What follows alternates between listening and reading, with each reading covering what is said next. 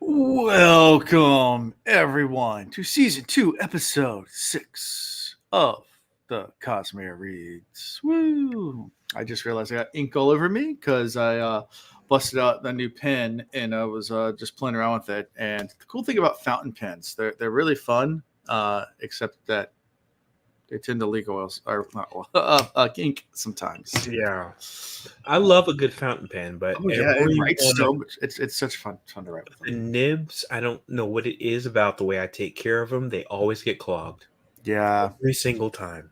Yep. I do like writing with them though. But Oh, they're great to write with. I mean, if nothing else, it makes you feel like a little Mr. Fancy Monopoly. little fancy pants. Yeah. Huh? Yeah. Exactly. Yeah. Good times. So yeah, how's things going with you? Will, by the way, will not be in attendance tonight. He's driving back from Baltimore to Virginia for a baby shower this weekend that his family's doing for the upcoming baby. Yep. Less than a month away, so it's just a busy season for him. He had a baby shower last week. This week made another one, and then they're counting down the. They're getting to that any day zone too, so it's. Yeah. I suspect we'll miss him again once that happens because I don't expect him to. Leave Priorities. the hospital to come. Yeah, to come record. You know, that would be such a flex, though. If you were, It would be coming at you from the hospital room, or something like that. Mhm. Coming straight from maternity room 101. What Yeah. up? I mean, I had one kid while doing my other podcast, and I did not record the week. my son was born. Yeah, We started the podcast like a month after my second child was born. So the Will Reads. So well, I guess all these folks are just stuck with their ugly mugs. they are. Yeah. Deal with us. Got to deal with us for some Elantris. I still need to make that mega hat. I thought about that. I'm gonna get it in our merch store. It's gonna be just like the MAGA hats. It's just gonna say "Mega, make Elantris great again." Exactly. So, of course, I was trying to think of the color. I mean, red doesn't really align with anything. So I was like, if you could make it somehow or another like Elantris, some kind of Elantris coloring. I don't know. Well, it's like it'd be like a dull gray, brownish gray with some splotches on it. Maybe you make it black with like this like subtle like Aeon type lettering behind it or something. I don't know. Maybe gray with some black splotches. Yeah, but it's again, if you make it red, it just doesn't match up. Nothing in this thing has been red. As I was thinking about that when I was listening to the chapter today. You're right. Nothing. Yeah, it's not. Isn't been a single. The only red, and it wasn't even red, was the armor that Wraithen wears. Yeah, but it wasn't red. It was like kind of like a blood. Yeah, something like it was like a little bit like I got the feel of like magenta kind of thing or something. So anyways, cool. Sorry, I'm nerding out too much on that. It's all good. Yep. Getting ready for Father's Day this weekend. So, you doing anything special for? I'll be honest with you guys. I don't know. This is gonna be a hot take. I hate Hallmark level holidays. Hate them. I hate Mother's Day. I hate Grandparents' Day. I hate Father's Day. All of them. Yeah. Valentine's Day, hate it. That's the reason why I give my wife a gift on the 14th of every month. And I used to get her flowers, but now she travels a lot, so she doesn't. She's not in one place where I can like have flowers delivered. Yeah. But I'm like, if you're gonna show love all year. So I told her that like when we first started dating, and so from the very first Valentine's Day, from then until now, I get her something the 14th of the month. But I hate Hallmark holidays, so I'm gonna, my sons are gonna do something for me, and I'll get all the happy Father's Day messages and stuff. But really, to me, it's like not a big deal. I'm like, appreciate me on a random day. Don't appreciate me on Father's Day. Yeah. No, we're just going to, I think, over to my brother's house. My father's coming over. My kids. We're just doing a little cookout. Yeah. Just grill some burgers and hot dogs and hang out. Right. There you go. I mean, just an excuse to get together. Now that I can get behind. I mean, I do think about my dad who passed away on Father's Day, but other than that, please, I tell people, I'm like, I appreciate it, but don't go out of your way. Yeah. I always want to come over and hang out, but all we do is just sit around and just shoot the shit. And I'm like, Okay, that's all good, but you can just do that any day. Yeah. Going to concert this weekend too. Trying to convince Will to come along with me. What concert are you going to? Going to see Dave Matthews Band. Okay, got you. I have not seen Dave Matthews Band live in almost 20 years. You told me that last week that you were going, and I forgot. Yeah, I'm going with Ian from the Will Reads, but yeah, but it's going to be like one of those like kick back to like high school, college, and those years. Right. I think it's 2005 was the last time. So literally almost 20 years. And where's the venue? Virginia Beach Amphitheater. Okay, good deal. Yeah, we're going to a concert Friday, but it's a jazz bassist. So, they're jazzy. Yeah, we're going with some neighbors of ours. So, but I mean, really, I'm not usually a concert. Do you ever go to the train station? Yeah, I've only been once, and then but it was during the COVID times. So then it was like really like hit or miss of whether or not it was open. So is it open now regularly? It's only open on certain nights. But usually Friday nights is one of the nights. I think Fridays, right? yeah. Okay. It's live jazz. Yeah, because I went there twice and it was closed, and I was like, but luckily Ironclad was open. So I just and they have a couple other, what is it, Gastro 23, and they have there's another there's a gastropub now, and there's a brewery down there too. Yeah, there's a brewery. There's Ironclad Distillery. Yeah. Yeah. So if I go down there and I don't like one thing, I can pop into something else. Okay. Yep. Cool.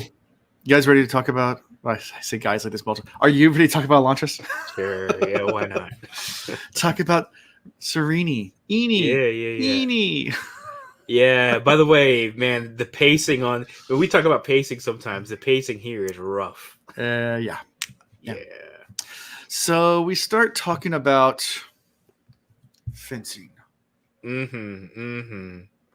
I like the fact these ladies came to fencing lessons with like all their dresses and stuff on, and they looked at her and they were like, "Clutch my pearls! How did you dress like this?"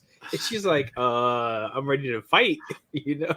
I remember one time, I'm telling it myself. So this is back when I was single. I invited a girl out to go race sailboats with me. And I guess that wasn't detailed enough about like what it was going to be. I think she just thought we were going sailing, like not get the racing part of it. Like I thought she was going to go hang out on a yacht.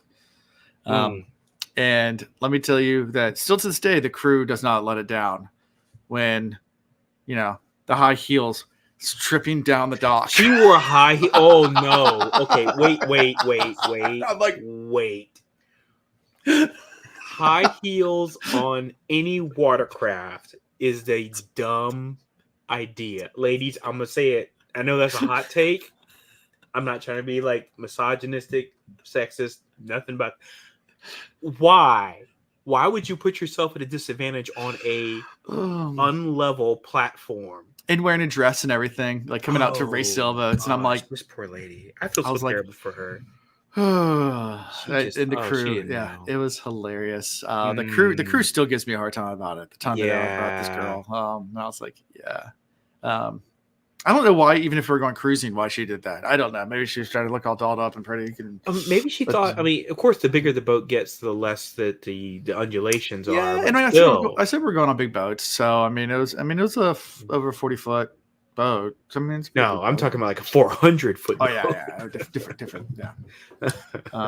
Jeez. Yeah, terrible for sailboats. No. You don't want to wear. Any because it's also.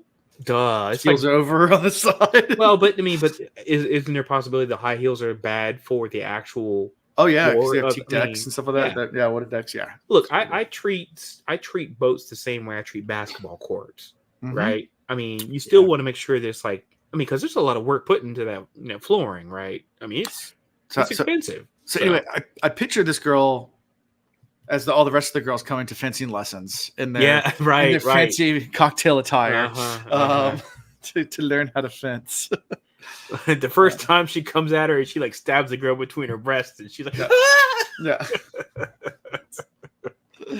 Oh man, I did actually like giggle out loud when I read that line. And the queen asks a little bit about it, and she's like, does this the men do it too? It's like, actually, the men don't fence as much. They prefer broadswords and doing more like feats of strength. And this lends more to the dexterity and more of the womanly arts in our country. And talks a little about that. Yeah, so she does duel one of the women in demonstration and gives her some pointers. But then Lord, was it Ian Dell? Starts to pride that he knows how to fence too, and Serenity's like, oh yeah, let's go. It's like, that wouldn't be proper. He's like, what are you, chicken? Yeah. And then she realizes he's actually really good. Right. Yeah, but still lets her win. But Serenity's not really necessarily thrilled about. At the same time, understands what his motives were. This prompts the whole will they, won't they thing where you like kind of wonders, like, is there something going on? Rapiers are a finesse weapon instead of a strength weapon. That's true. Yeah. Absolutely. Very much 100%. A finesse weapon. Yep. 100%. But yeah, so Lord Shuden performs, let's see, after all that happens, he performs an exercise. Like, he claims he claims. By the way, this was really weird. Yeah, it was. It was really odd. I mean, I have been in like exercise classes, like yoga classes and stuff like that, all women. I don't all of a sudden start breaking out like some Tai Chi and bending over, showing my butt cheeks. It's not like all of a sudden I'm just like, let me just do this thing. And I didn't know all these ladies were looking at my testicles. It doesn't work that way. So I was like, then he was like, oh, I didn't realize you were all looking at me. And I was like, come on. He goes, is the gym that way? So, yeah. I just think it was a Tommy Boy or Black Sheep. I don't know which one it was. Man, there's such a meme though all day. The guy that's flexing, he's like pointing. He's like, which way to the gym? Is it that way? You're like, okay. Good for you, my guy. Yeah, it turns out he's not an amateur at all. He definitely does like this crazy display, and they're all like, yeah, amateur. Sure he is. Sure. Yeah. After that, Sereni goes to the Karathi Chapel, where to learn from Father Omen about what a widow trial entails. Why has that been so unnecessarily secrettive? I just don't get that. Yeah. It seems so unnecessary at this point. I think it's almost like they're hazing on purpose. Exactly. Yeah, that's how I always viewed it. And I don't know if it's just poor writing or if that's how it's supposed to feel. That's how it felt for me. It's like, yeah, it feels like hazing. That's like, exactly like snipe hunt. Like, hey, we're gonna do the snipe hunt. And like, I'm not gonna tell you what the snipe hunt is, but you have to do it. Like, oh, you went to Australia. Time for the drop bear. Oh no! Yeah. It's like, Australia drop bear. Okay, got it. You know how much the Aussies mess with me with the drop bear stuff? It was when I was in Australia. What? Like messing with me about drop bears. I think we were in Darwin, and I had never heard of the drop bear legend. Okay. So it's one of those things like we're getting drunk at a bar one night, and some old Aussie comes up to us and asks if we're from the States and says, yeah, it's the first time in Australia. It's like, we've been here for a few months, but and he starts talking to us. He's like, well, you got to be careful about the drop bears. And I was like, he starts telling me all the stories about koala, they kill a koala drop bears, like that. And of course, I'm sitting there just like looking at him like, okay, you're a drunk Aussie. This is funny. And then I'm randomly walking down the street the next day, and up in the trees, there was a fruit bat, which are really big. Of course, because everything in Australia is super big. Not a flying fox, which is they're big bats.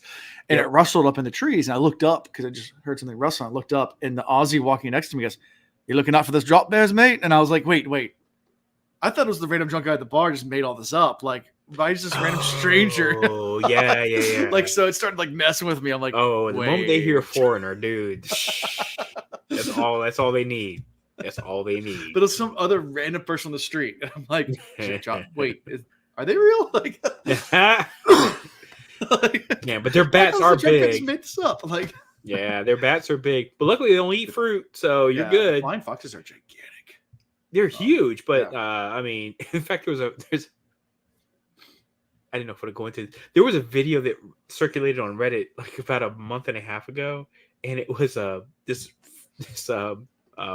bat, that bat in particular, and it had like the biggest package. It was like, holy shit! This Joker was like, he was slinging, and everybody was like, sure. wait, what? That's funny. Yeah. Anyway. Yeah, but yeah, no, they're huge. Huge. They are huge. big, but they eat fruit. They don't like chow on cow or something like that. So let's see. Zul said, "I thought it was something people do not talk about because something people do not discuss, but people who grow up know about the topic. It's a taboo topic." Yeah, I mean, it could be something like that. Like, it's one of those things that everyone knows about within their culture, but someone from outside the culture, of course, doesn't know. But it's one of those things that's taboo to talk about, so they don't talk about it. That could be it too. Yeah, that's true. Yeah, could I be. still think they're just messing with her. Oh, they're just messing. Oh, definitely. That's real. Yes. But yeah, it talks about how it works and how a lot of people just feed the poor, and that's just called done. Kind of thing. It's like okay. They go on to talk about Elantrians, and how Hrathen is intentionally preaching hatred towards them for some reason. Mm-hmm. And this is also where Sereni realizes that she's one of the richest people in the entire country. Right. After she was about to ask for a stipend. Yeah. Then comes to find out, it's like, oh, just go ask the treasury. They'll give you all your money because it would be an insult on the king if he did not lavish you with everything you wanted and needed. The thing that really caught me off guard though with this whole passage was him always feeling like he's always kind of checked out. Mm-hmm. Like he was always kind of I'm kind of here, I'm kind of listening to you, but now I'm kind of thinking about something else, and now I'm coming back to you. And it really caught me off guard. I don't know if it's why he was preoccupied. I didn't know if that's something I needed to pay attention to, but I feel like it's a note I needed to kind of just bring up. I don't know if this guy might be a side character that basically never comes back again. Who knows? But I'm just saying it was enough that I took note of it. Okay, fair. So, yeah. Cool. Yeah, so Serene's really rich. Anything from all that interaction before we get to Ash and Serene talking? No. I did wonder why she took that moment to go, but I guess it's just because she really wanted to find out about this widow's trial. Yeah. So, yeah. Well, Ash comes and reports back on Hrathen's movements. Apparently, he's been patrolling Elantris a lot, at least the walls. Mm-hmm. And Serene's trying to figure out how to thwart his intentions, but she doesn't even know what his intentions are. So it's like, I don't know. Her plan's not really that great because she doesn't really have a plan because she doesn't know what their plan is. So it's like, I want to stop you from doing whatever you're doing, which I don't know what you're doing. Right. Which I feel like Father. Oh, what's his name? Father Omen? Omen, thank you. Anyway, but I feel like he kind of has a good feel for what might be going on. Yeah. And I think he's not letting on how much he knows. So I feel like if she's going to really want to find out what's happening, she needs to chit chat with him. Yeah. Yeah. Yeah. Well, she starts to chat with someone, which is her father. Right. And it's an interesting conversation. A lot of bombs get dropped in this conversation. Lord have mercy. Bombs on bombs on bombs. Let's talk about you get backstory on her. You get to find out what's going on in the larger world. Mm-hmm. Yeah, this is I mean, I'm gonna tell you right now, this was, I can't remember how much of the chapter this was, but I feel like this was maybe a third of the chapter, but it provided so much good information naturally. So yeah. Anyway. Yeah. So I mean, let's talk all about it. I mean, her father, it's how things are going amongst Teod and Erelon. He's worried for his daughter. Kind of wants her to get out of there, right? And brings up, hey, there's a Bjorn here. And he's like, who is it? And he's like, Hrathen. He's like, yeah, you need to come home. Right. By the way, he also says an ambassador went missing. Yes. I mean, that right there is ambassadors don't go missing. You know, that's usually like a act of war, basically. When you They start like, sent the Jedi ambassadors. What should we do? yep, yep. And then the Star Killer base took them out. Yeah, but yeah. I mean, she's worried. Vintio's super worried about everything, but Serenity Rightfully so. refuses. She's like, "I'll handle the Gorn." And she's like, "You realize that's the Gorn that was responsible for Duadel collapsing. Like, things can get really bad really fast." Like, and this is the second time it's been brought up that he was involved in that, and you can tell based on some of the things he says, he's really feeling guilty about his part in all that. Right. So very interesting. But he also has a reputation now. Yes, terrible reputation. Yeah, so. Pretty much like being a butcher, like the like destroyer of nations. Yeah, because he must have whipped somebody up into a fervor at the wrong time. Yeah. Yep. And they talk also, if Erlon was to fall, he would surrender to Forden almost immediately rather than being conquered. That's one thing he said as well. So, so pretty much a house of cards. Once one falls, the other one's just going to fall as well. Also, we realized that one of Iodon's merchant ships has been sunk. Talk about that. Well, I thought it was more than one. It is. Several are being right. Because it's like they're systematically being taken out, and it's like a power play. Well, if you and Serena's like, that's not good, and he's like, why? And he's like, because if Iodon loses his income, like he's not king anymore. It's like, what? That's they actually do that over there, like where it's based on wealth. He was 100%. So like, if he loses his wealth, coming back to bite him because he's the one that set that up. Where it's like, oh, it was based on your like stature in the merchant community. That's what drives your nobility. So yeah, chicken's coming home to roost.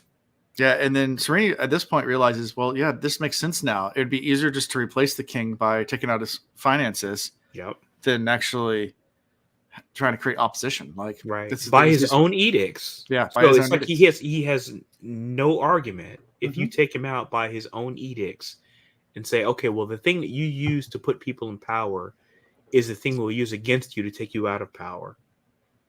I mean, what could he come back and say? Yeah. And that's pretty much it. I think we get Anyway. Yeah, after the conversation, Serena tries to go to sleep but can't, but then hears strange noises coming from inside the walls. In a wall that is an outside facing wall. So there's no room on the other side of it. And then she just kind of dismisses it. Kind of. What do you think it is? I do not know. No speculation? I didn't even have a conjecture about what it could be. I didn't. Nothing really came to mind like immediately. Like, oh man, it might be a. No, nothing. You don't think do you think it's someone on the outside or? I would need to know more about what the sound actually was kind of like because she kind of made it seem like it was like odd noises coming from the walls around her chambers. Yeah. She thought it was inside the room. And then she realized it wasn't inside the room. Then she's like, oh, it's kind of coming from the wall, but there's nobody on the outside of the wall because it's not a room over there. It's just outside. So I'm like, I don't know. Well, when I was a kid, we had rats in our walls at one point. We got rid of them. Yeah. And I remember waking up in the middle of the night to hear it. Yeah. So my sister... actually, by the way, twin sister, who also, of course, shared my birthday with me, she had a problem. I think it was a year or 2 years ago. She had mice in her townhouse. Yeah, and did not realize that mice draw rats. Rats will eat mice. Yeah. So what? We don't know if it was a rat. Whatever it was, we never caught it, and it went away. We did put poison. My parents put poison and traps down. It could have been squirrel. It could have been rats because the way to access was the second floor, and normally attics you get like roof rats, like because rats Like they either are under the house or above the house. So that's kind of their two places to hang out. Yeah. Well, for my sister, it's like so it went from like little mice doing the little skirt, yeah, and then it turned into rats, which was you know, and it was like a lot louder. And she's like, "Oh no, no!" And it was already bad enough with the mice. I mean, because hearing things in your walls already bad enough. But we get them under our house every now and then. But the neighborhood cats also get under our house all the time. So like we have they're stray cats, but they're neighborhood cats and they're free range cats. So they kind of handle the under the house problem. Well, that's the reason why I only give the stray cats around here and neighborhood cats. I only give them so much of a hard time. I'm not really a cat person. Yeah, but I'm like, if you keep all the vermin away, I ain't complaining. Not too bad. And we also had bats in our attic when we first moved in, but we got an exterminator to remove all that, and then we bats sealed. in the belfry. Oh no, yeah. So explains a lot. Yeah. No, we got an exterminator to get rid of them, and then we sealed everything. Yeah, with like that metal mesh and nonsense. Gotcha. One time, my room was garage. We had a squirrel nesting in there. Yeah. I've had all sorts of animals. Like we have an outdoor detached shed in our backyard. There's been possums in there. All sorts of things. That's a shed, so things get in there. Yeah, of course. We have snakes in our garden all the time. We have lots of snakes in our backyard. I don't mind snakes. As long as they're not in the house. Those garden snakes?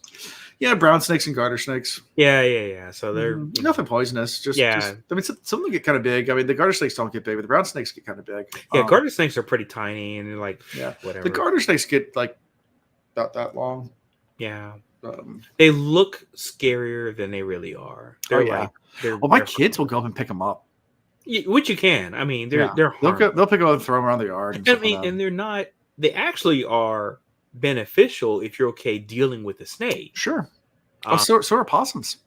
Yeah, possum, same thing. I mean, there's a possum that every so often roams into our backyard. Yeah. I got no problems with it. It actually like will nest in this like knot in our tree. And every so often, I don't like looking at them. I think they look freakishly weird. I don't know what it is about them. I'm like, you look weird. But the one North American marsupial. Yeah, that's right. It's the only, I think it's the only native one, right? Yeah, it's the only native North American marsupial. The rest of the marsupials are all in Australia, New Zealand. New Zealand. That's right. And then we have one species of marsupial. Possum, which is like okay, sure. Where'd you go from?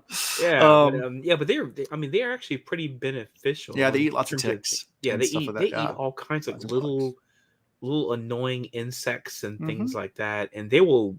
Like I'm talking about eating like larvae and stuff. Like they will like nose around the ground and eat that stuff. So Azul says we get copperheads, timber rattles, and water. We get those snakes here too. Just not in our yards. I mean, down by the river. I know copperheads, and like I remember them when I was in like South. I didn't know they came up this far north in Virginia. More water moccasins, the cottonmouths. Now water moccasins, yes. Yeah, water moccasins, and not timber rattles. We have eastern diamondbacks. Eastern diamondbacks, we definitely have that. They're smaller than the western variety, but they're like further west, though. They're not like really like. I've seen them on the Nolan Trail. What? I've seen two rattlesnakes before on the Nolan Trail. I did not know they were coming this far. East. I mean, I know of them in the west. I mean, I've seen them out there laying out. I was like, that is a rattlesnake. Okay. Gotcha. Rattle and all. I was just sitting there. Yeah, the diamond pattern. It's diamondback. It had the diamond pattern on the back, and it was just laying out in the sun. Wasn't hardly moving at all. It was just sunbathing. Wow. It's a fun time. Fun fact about water moccasins. One of the only, I think there's only a few, but I think it's only like 3 or 4. It might only be 3 deaths ever at Busch Gardens. One was from a water moccasin. It was in the 80s. The log flume, which is one of the rides there, they didn't check it properly, and a water moccasin had gotten in. And when a kid, it was the only reason why. Normally, from a bite, you probably would die from it, but it was like a small child that got bit on the ride. So what I thought you were going to tell me is that somebody got scared and they fell out of the snake was in the log and bit them. Oh wow! And this is in the 80s or something like that. It was a long time ago. Mm-hmm. Yeah. I saw a video just recently. My niece, by the way, is like really into like these like horrific like animal like attack videos. Mm-hmm. She's like 7 and still loves that stuff.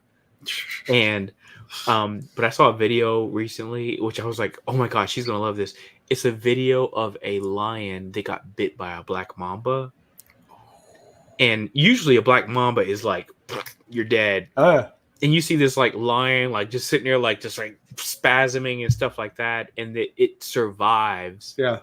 Because unless you're a honey badger, because they'll get bit by those things and don't care. There it is. No, I mean, seriously, they don't. Like, there's videos of them, like getting bit, and they lay down and take a nap for like 5 minutes and get up and then eat it. The whole meme thing that they said back in the day when honey badgers just don't give a fuck, and that guy in the video, it's true. They don't care. Honey badgers are like basically invulnerable to everything. There's a video out there of a black mamba biting a honey badger. It literally takes a nap for 5 minutes and gets up and then eats the black mamba. That sounds like what a honey badger would do. Seriously. I mean, that's like, oh, you did it? Okay, I'll take a nap for a second. All right, now I'm good. All right, let me eat you. That checks out all day. Honey badger doesn't care. So on this episode of the Mutual of Omaha podcast, I have to do my David Attenborough, that's who's the guy that was it in the woods of Virginia? There. I can't do it as good as him. The old man English voice. Cool deal. Anything else in this chapter before we move to chapter 18? No, I think we're good. Okay. Chapter 18. Rathan. He's interrogating Elantrian. Yeah, this whole thing. I mean, he got that Elantris pretty quick, by the way. He was like, bring me one of them. And then like next time he shows up, it's like, boom, there you go. Yeah. And Dilaf comes in is shocked. He's like, what are you doing? He's like, I want to know what these guys do. Yeah. And Dilaf's like, blasphemy. But it doesn't say that. But he's like, I want to know my enemy. So I want to get to know these people. And he learns a lot about how the turn happens and things like that. And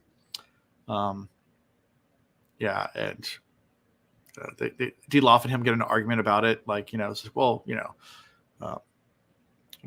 whatever. His God will protect him. Yeah. And he's like, yeah, but you brought him into a holy place. And he's like, there is no holy place in here. Yeah, there's no holy place here because the country hasn't turned over. So as far as we're concerned, it's not holy. Yeah. So strike 2 on your arguments, my guy. Yeah. Yeah. But he turns around and asks Dilaf to prepare the sermon for the night. Why? By the way, this is the most frustrating thing to me. Why does he keep saying, I'm going to let this guy talk on the pulpit? Stop. Yeah. It's like a Michael Jordan joint where he was like, stop. Just don't do it. I'm like, why are you doing this? You he is basically, I'm going to go back to, a statement was made earlier because I love a Bugs Bunny reference and the fact that Alan said it earlier. Bats in the belfry, crazy. Come on now. Why would you put him up in front of people? He's a sycophant. He's going to go into a fervor and you cannot control him. It is so obvious and it is so frustrating to me. And it's not the character, it's the writing that makes no sense.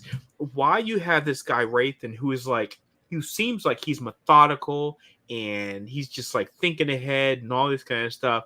But then he has this blind eye to this guy who is his, I'm going to say number 2, but let's just say follower for now. None of it makes any logical sense to me. And I'm like, and then he lets him get up on the stage to whip everybody into a frenzy purposefully, and then he's like, oh, I've got to go like put the fire out and take care of this. And it's like, why are you allowing this?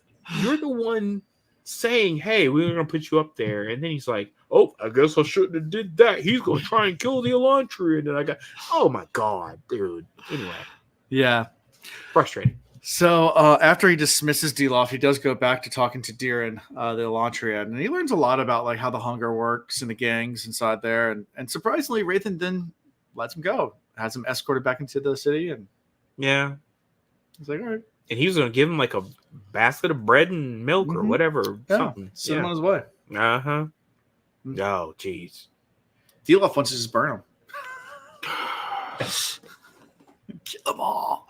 Yeah, Dilaf. Yeah. So then we get the Dilaf's speech, or his sermon. And, man.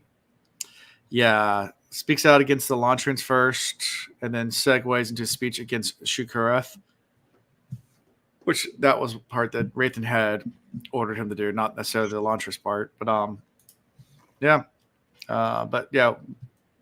whips whips the crowd into almost a riot, which pisses Rathan off. So afterwards, Rathan goes to confront him about this. Yeah. And was like, hey, listen, riots aren't a bad thing, but they have to be controlled. Like, you can't just the timing has to be right. You have to make sure you control the. Yeah. So, we also get. It's also revealed that Dilaf had took custody of Doran and tortured him. Right, because he get extra cuts on him. Yeah. Yeah. But he drives the crowd to a murder frenzy. This guard that went out and got this Elantrian and then brought him back, and then he was told what to do with him. And then Dilaf came up to him and was like, "Oh, yeah, we're gonna do something else with him, blah blah blah." And the guard was like, "Was that wrong?" Later on, and I'm like, "You're the worst guard ever. You are the worst guard ever. I mean, obviously you're already on the payroll, so that's automatically strike one. But worst guard. Yeah.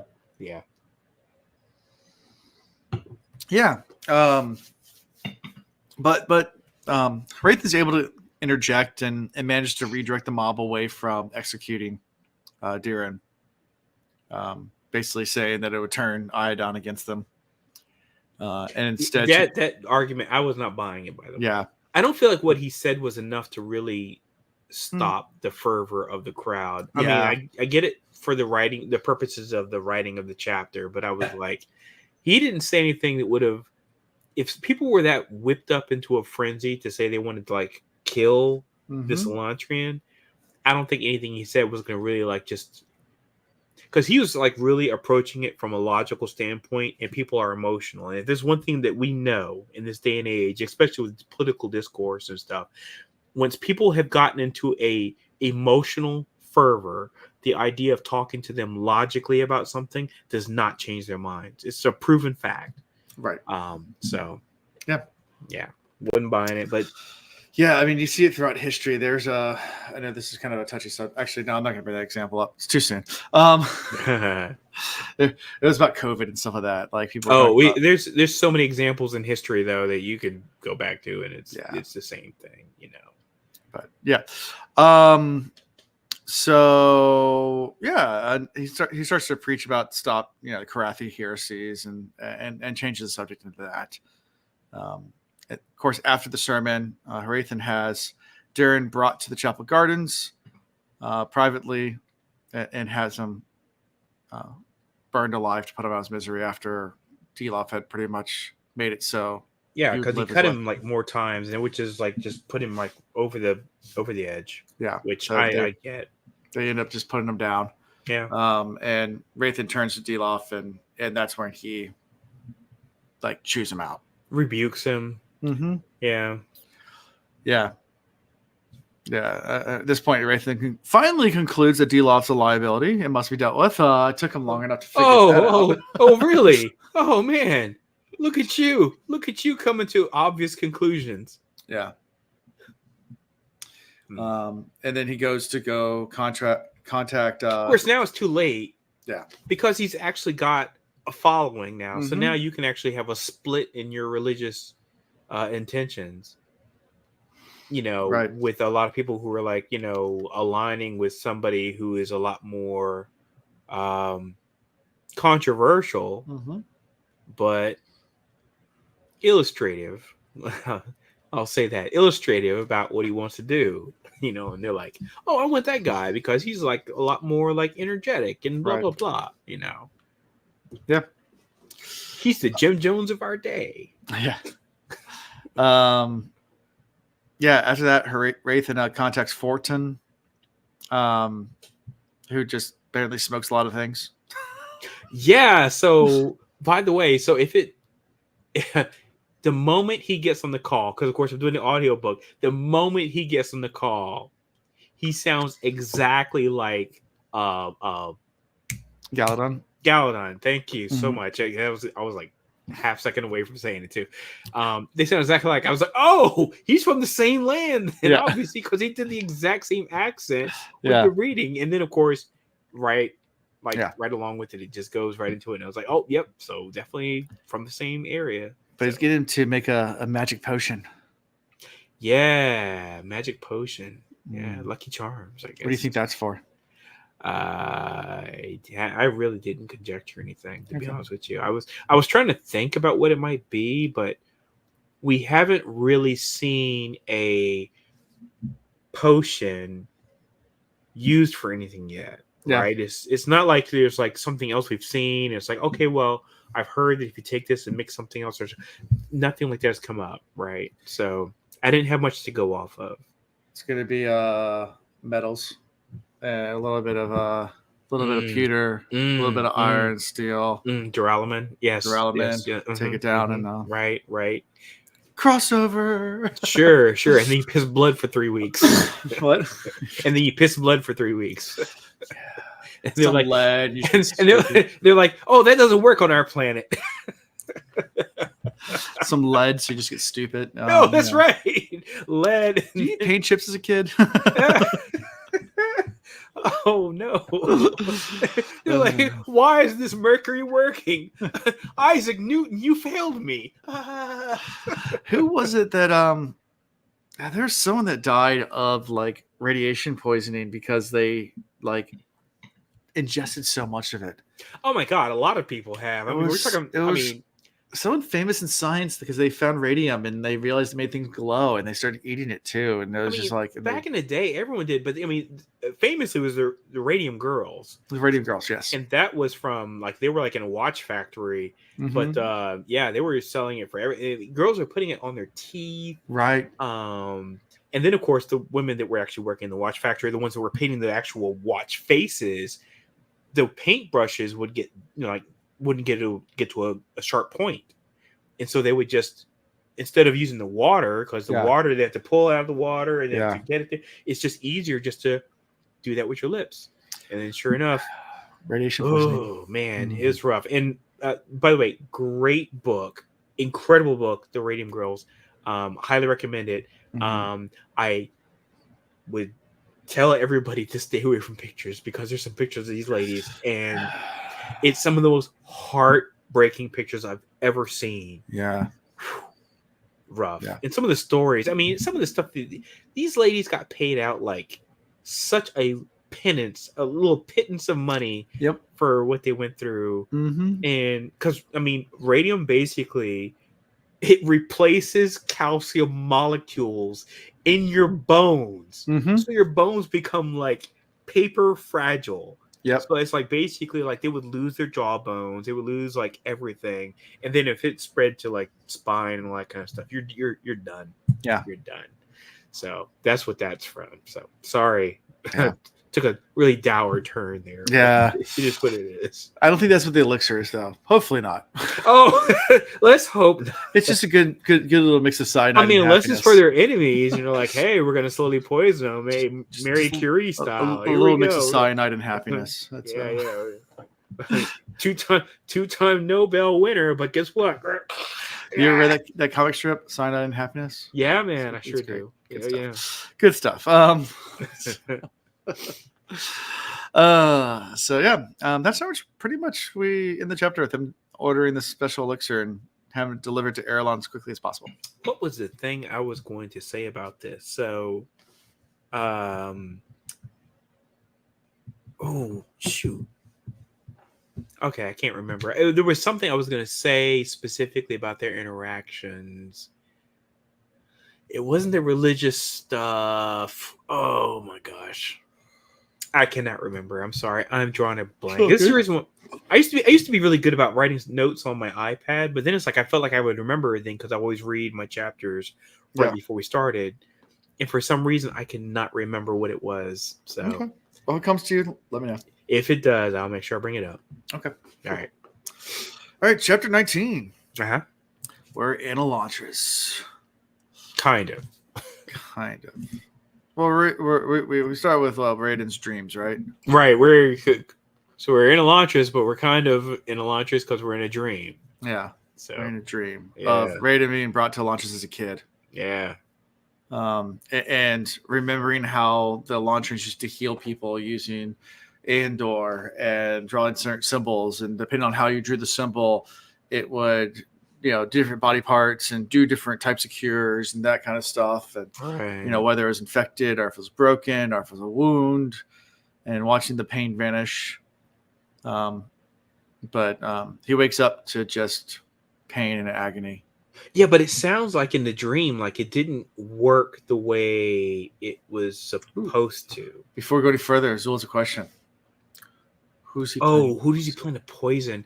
Now that's a great question because I don't really care what it was. We get the impression it's actually. Do we know it's a poison? We know it's an elixir. Right. We don't know it's a poison. Yeah. So who does he plan on elixing? Yeah. So I'm gonna say. I mean, we're not going to assume it's a Superman drug. So, yeah, I also assumed it was a poison, but we really have no evidence it's going to be that. He's already doing what he has to do to take out the leadership.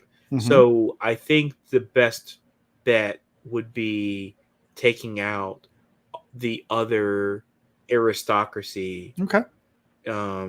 The folks any rivals that could come up. Right? Mm-hmm. The ones that might be like those second and third and fourth in line kind of folks. Yeah. So that's my guess.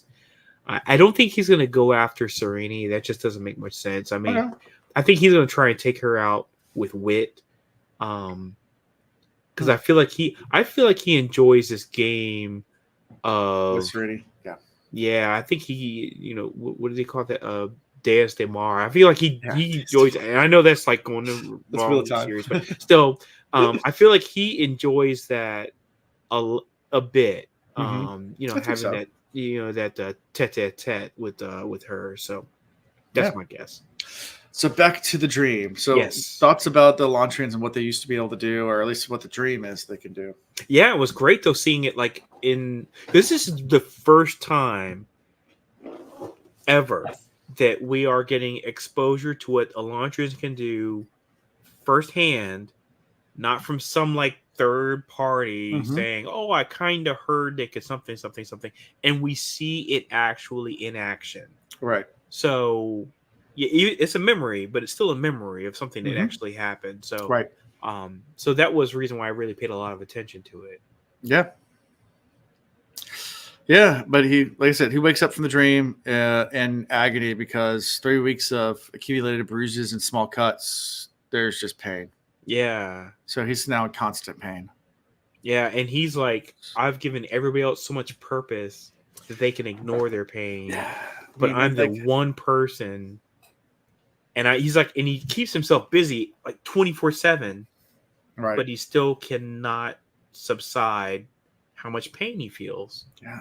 I mean, it's like when you're like 20 years old, you drink all night long, you get a hangover, you take like 2 ibuprofen and you're fine. And then fast forward to you're our age or a little bit older and you sneeze and throw out your back. Yeah. And it's just always pain. Everybody remembers the first time they sneeze and throw out their back. I have had that happen to me and I was like, God damn, I'm old. I've had it happen where I actually like my hip popped. Just randomly. I was just sitting there like just walking on the road and it popped and I was like, Oh, that hurts. I was training for the Newport News marathon, and that was the thing that actually took me out. It was not, like a leg injury or knee injury or something like that. My hip actually went out, and I was like, I am not going to be an old man with a bad hip. And I immediately withdrew from racing in that race.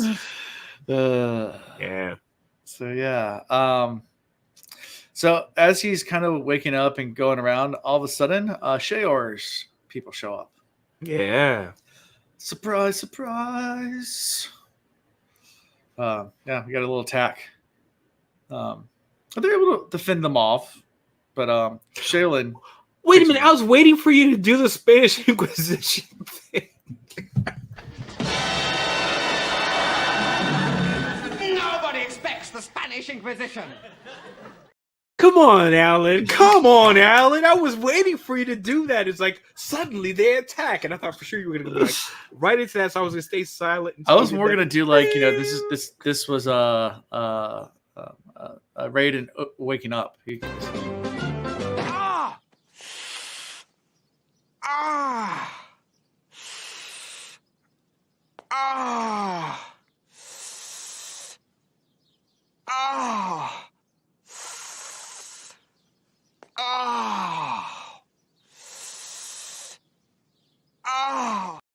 Everybody remembers when they were a kid and they did that at least once, where it's like you did it just forever. You just you hit your knee on a sidewalk.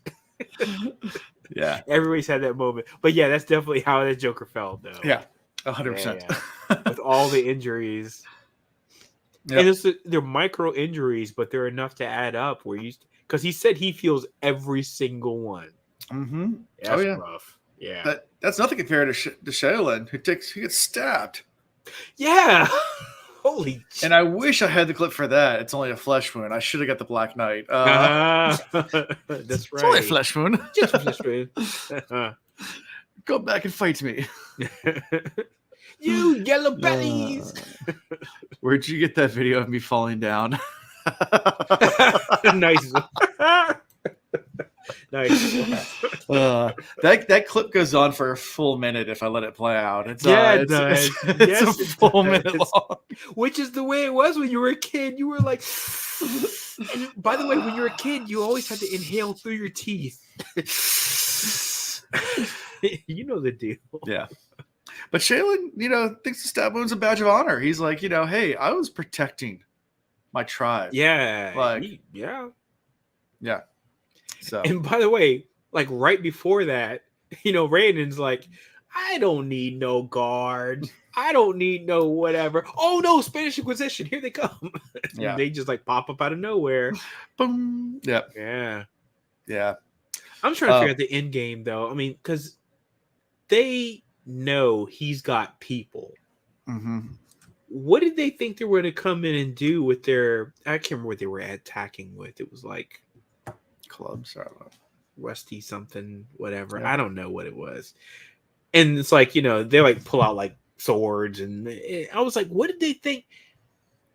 I'm like, I feel like what I thought was going to happen is that this is going to be a subvertive type of attack where you think this is the main attack, but really they're attacking somewhere else. I don't think they're that organized. They're pretty they're not foam at the mouth rabid people. Yeah. So that's rough. It reminds me a lot of Mad Max type of people. They just spraying the stuff on their teeth. And they just go out and get in the car. Yeah. Yeah. After all this, Raiden goes and visits the Hall of the Fallen, kind of a rudimentary hospice where they're grouping together, people from the Hoid. As many as they can find, at least have them grouped together. People that kind of give it up everything, and they're all whispering things and but he's taking them off the streets. He's taking them off the streets. These are people that pretty much have given into the pain. Right. Taeyeon also has done a 180 instantly and has no interest anymore in politics at all. He's gotten completely into just studying everything in the intricate carvings, all that kind of stuff, which makes sense. I mean, he just needed something to be passionate about. Now he's got his passion back. So Good for him. And then we get to probably the meat and potatoes of this chapter is when Raiden, gets a tome and starts to study more into Aendor and starts talking to Gallandon about that. And right, he sees the word door and he's like, "That's not an Erelon word." And Gallandon's like, "Yeah, no, it's Duodel." And he's like, "That makes sense, but like, how does the door work?" And like, that's part of the mystery. It's like, do not call it that again. That is not what we believe in. It's not. Yeah, he chastised him quickly. He was like, "No, sorry, no. Say it right, Alan. The Hoed, what is the Hoed? The Hoed, not the Hoid. Sorry, the Hoed. I thought it's the Ho. I think he's saying Hoed. The Hoed, not the Hoid. The Hoed. I can't remember how it's pronounced in the audiobook, but I'm sure. Yeah, I think you're right. Zul's right. Zul's always right. We don't just assume Zul's right. We always assume Zul's right. Absolutely. Absolutely. Anyway, yeah. Not Hoid. Yes. That's later. But yeah, door. We learned a lot about the Jeskar religion and like what the door is, and I guess to give the example of like a bird. If you keep a bird in captivity from the nest and take it out, it's still gonna learn how to fly. Right. Right. We'd call it instinct in our world, but they relate to this concept of door, and that the Elantrians had a closer connection with door. Mm-hmm. Regular people don't. Right. And it's the unseen force that's in all of us that combine. With the midichlorians, nice. This guy. It binds us and surrounds us. Sure. Yeah, it's a central concept of the Jeskar religion. Yeah. Yeah, and it's interesting, attributing that to, because there are some mysteries that we have as in science today. I mean, you look at butterflies, for example, especially the monarch butterfly. That's a really good example, actually. I don't know how much you've researched or read about how they do their thing. They're very, very fascinating creatures. Yeah, so they travel all the way down to like close to Colombia, like Central America. But the problem is it takes 2 generations for them to make their full trip. Right. So how do they know? And they go back to like 4 generations later. So it takes like 2 generations to get up north, and then 2 generations to get back down to Central America. And that 4th generation goes back to the same tree that their 3 or 4 ancestors back. Great grandparents were born where their cocoon was. Right. Makes things even more interesting is the way that the way butterflies go from caterpillar to chrysalis to butterfly. They used to think that the caterpillar, the metamorphosis was just like it goes in there and just like grows wings and becomes that. For science, we cut them open and start studying it. It breaks down to goo where there is no brain at all when it's inside the cocoon. Right. It breaks down into like basically nothingness, and then reforms into a whole new animal. Right. And comes out, emerges, and then gorgeous, by the way, and then knows exactly where to go. It is like the most fascinating thing to me. Everything about it is just so fascinating to me. Which, the fact that it goes to goo with no brain at all, and then still knows to go exactly. It's if you go look at butterflies, it is all butterflies are fascinating. Period. Yeah. But the monarch is especially just because of how long their migration patterns are. But they're so freaking interesting. Mm-hmm. I mean, and it's like, how did you evolve into this? I mean, it basically turns into soup, though. And there's like a lot. And that's not the only animal that butterfly or moth or whatever that actually goes into a cocoon that turns into soup. And that's literally what it is. It's like it goes in. It's like, I'm gonna cook some broth. The broth is me, and then it comes out of the broth, baguette. Yep. It's like, boom! I'm a butterfly or I'm a moth. And it's like, how does this happen? Yeah. It's the craziest thing. Yeah. Science, nature, gotta love it. Gotta love it. In 4 generations, it takes 2 generations for them to get up to like Indiana, northern United States. Yeah. And then it takes 2 generations to get back down to, Mexico or they know where they need to go. No to training. Go back to the exact same nothing. tree. Yep. Which is just how do they know? How would they know? How would they know? How would they know?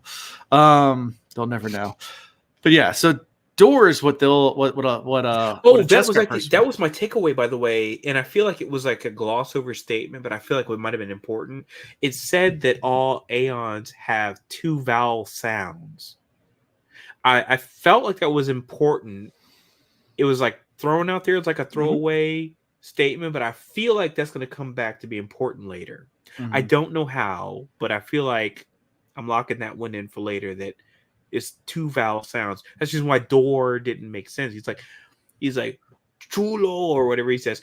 There's no second vowel sound, so it's not an aeon. It's like, okay, that's good to know. So yeah. And Radon infers from all this that the door must still be somewhat working because they can live without eating or anything like that. That the only way they could be surviving is on door. But he needs to figure out how to fix Andor. Yeah. But he says it, so it must the magic is still here. It's just in a much more diminished level now. So it's just enough to kind of sort of sustain us, not enough to really, put us back to the level we were at before. And they even go into like the geographic restrictions, like that Arendor only works for airlocks. It doesn't anywhere else in the world. No one becomes a Elantrans. Oh, right. You got to be like within a certain like geographical region, right? And then he comes back and asks him, he's like, "So you're using some kind of advanced lexicography there, my guy. Where'd you learn that word from?" I can't remember what the word was he used. Yeah. And then it's just like end of chapter. Yeah, he doesn't give away anything. He's like, "Nah, I got nothing for you." Yeah. It's not the Hoid, it's the Hodor. Yeah, that was a rough scene, man. It was. And that thing, that was so sad. It was. But it was good though. I mean, I appreciate it. It's good writing. And the fact it took like multiple seasons to finally pay off. Yeah. Yeah. And that's why in this chapter, though we learn a lot. We learn a lot without learning a whole lot. It's one of those things where we learn something, but it's still very limited. Uh-huh. There's still some room for speculation there.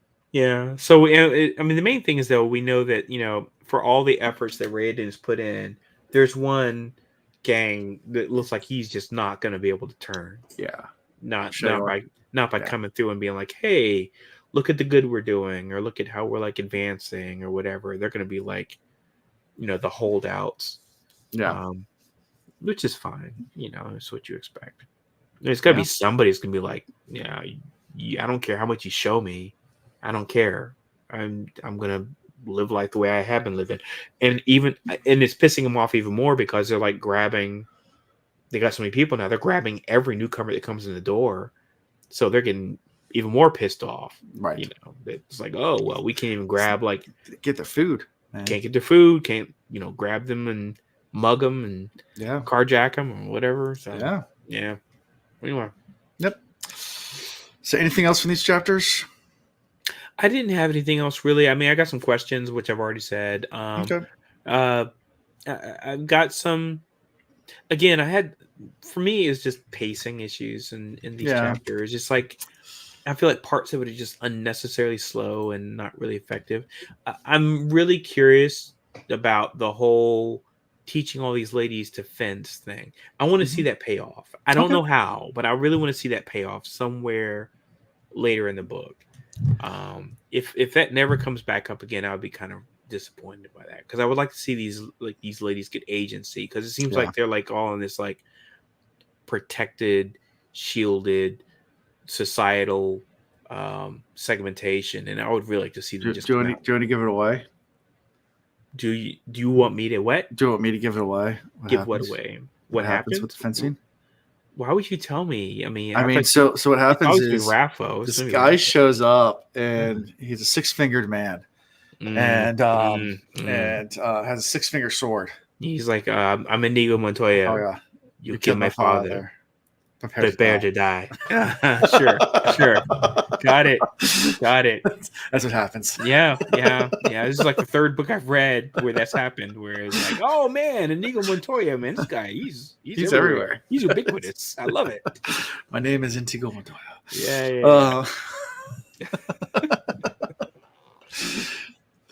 Anyways, so, and the trick up the sleeve is that they're not really left-handed. They're not left-handed. Okay. Checks out. Anyways, Princess Bride. Yes. Such a great. Great. All good, all around. Can't beat it. Yep. Favorite character? Father Omen. I was gonna go with Seolin, just for taking a wound for the team. Yeah. That was actually He's got a lot of respect from me, but I feel like Father Omen has got like there's something going on there. He knows some things. He's whatever. These aloof moments where he looks like he's like kind of checked out. But there's like things that he says, which makes it pretty obvious that he's dialed in. Yeah. So I feel like he knows something. Now, my only concern though is that I feel like because this is, the first book that Sanderson wrote, that it might be possible that there's no payoff. But I'm like, I feel like there's a Chekhov's gun with this guy, and I want to see it. I want to see it come back. I want to see him come back and be like, yeah, this whole time I was actually, doing some super sleuthing with, me and the guys from the Mystery Machine. We got together and we Scooby-Dooed the action. Yeah. Something. So if it would have got away if it wasn't for those pesky kids. It wasn't for them pesky kids. That's right. In Father Omen. That's right. Well, next week we'll be doing 4 chapters. Okay. So 20, 21. You made it. Wait. You made it sound like we're going to be doing 3 chapters for a while. And then that was like last episode. You were like, oh, we're going to do like 3 chapters for like a while. No, we're not doing 3 chapters anymore for the rest of the book. So. Oh, wow. Okay. So you said, this is the last 3 chapters. This is the last 3 chapter one. And then we're ramping 4. up. Okay. Yeah. And then we go to 5 and then we go to like 20 chapters in 1 week. It's Got it. They get shorter. The chapters get shorter. So we're going through chapter 23. Okay, so 20, 21, 22, 23. Yeah, and then I think the week after that we finish part 1 finally. Oh wow! Finally, into it's the week after. Yeah. Okay. So, cool. Yeah. And then it starts to accelerate really fast after that. So part 1's like 3/4 of the book, and then they weren't equal parts. That's okay. I mean, I expect a Sanderlanche. I mean, so we'll get there. But no worries. Yep. So 4 chapters. So look forward to that. Other than that, how you can be found is at cosmereads.com, where you can find links to our episodes. You can find links to our merchandise, mega hats coming at some point. Yes. Along with Scott Stink shirts, all that good stuff. Find links to Patreon. Go support us there. If you feel so inclined, join our Discord, join the social medias, all that good stuff. Come July, I'll be doing another giveaway somewhere. So keep checking everywhere.